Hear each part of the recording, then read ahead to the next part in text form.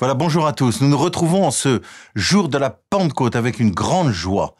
Ce jour de la Pentecôte qui vient clore ce temps pascal avec la venue de l'Esprit Saint, celui que nous avons prié, celui que Jésus nous a promis et qui est donné largement, non seulement à ses apôtres, mais à toute son Église et donc à chacun et chacune d'entre nous.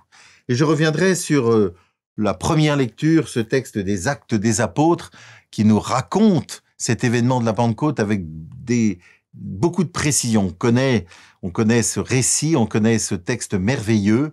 On voit les apôtres qui sont réunis au Cénacle, un petit peu apeurés, parce qu'ils ont vu qu'on avait arrêté Jésus. Ils sont enfermés dans une pièce, dans cette pièce appelée le Cénacle. Ils sont tristes parce qu'ils ont vu voir Jésus. Ils sont quelque part un petit peu refermés, repliés sur eux-mêmes.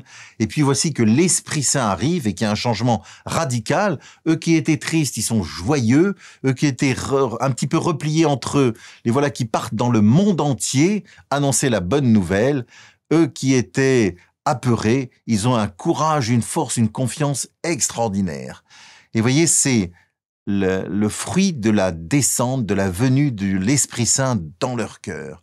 Alors, c'est pas simplement un bon moment dont nous faisons mémoire, un événement extraordinaire, il y a 2000 ans à Jérusalem, la venue de l'Esprit Saint sur ce collège des apôtres, mais c'est aussi la venue de l'Esprit Saint sur chacun et chacune d'entre nous.